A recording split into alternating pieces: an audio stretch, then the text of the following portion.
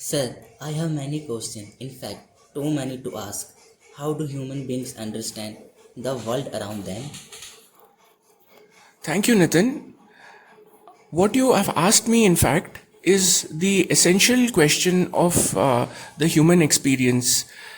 We all have many questions to ask, and the quest for finding the answers to these questions is known as philosophy. Philosophy comes from two Greek words: philos means to love, and Sophia, which is the goddess of knowledge, wisdom, and understanding.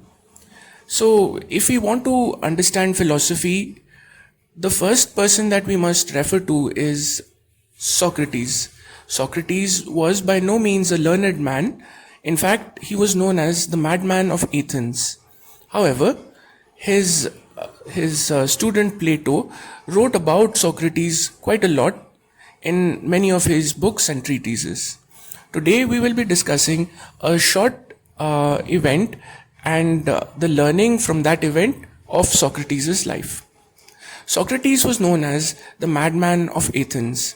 In fact, he was an unlettered, uneducated person who was not respected at all. In fact, he was criticized by the people of his time.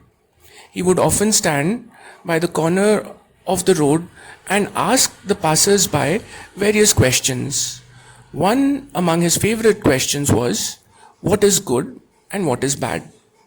So one fine day, a respected, aged and elderly businessman was passing by, and Aristotle happened to ask him this question.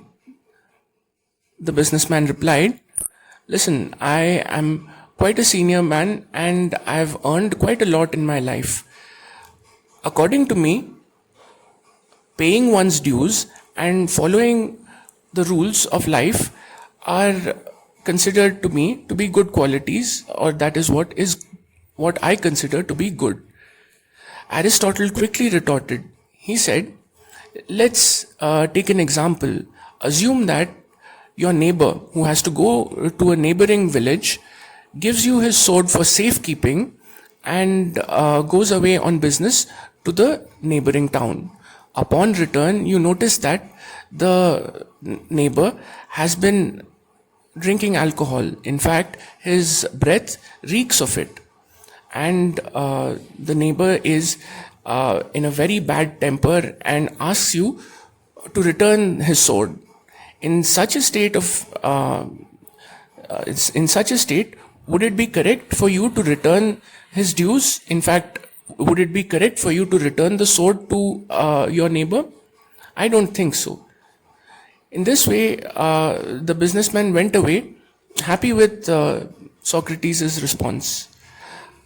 After a while, the businessman's son passed by that way.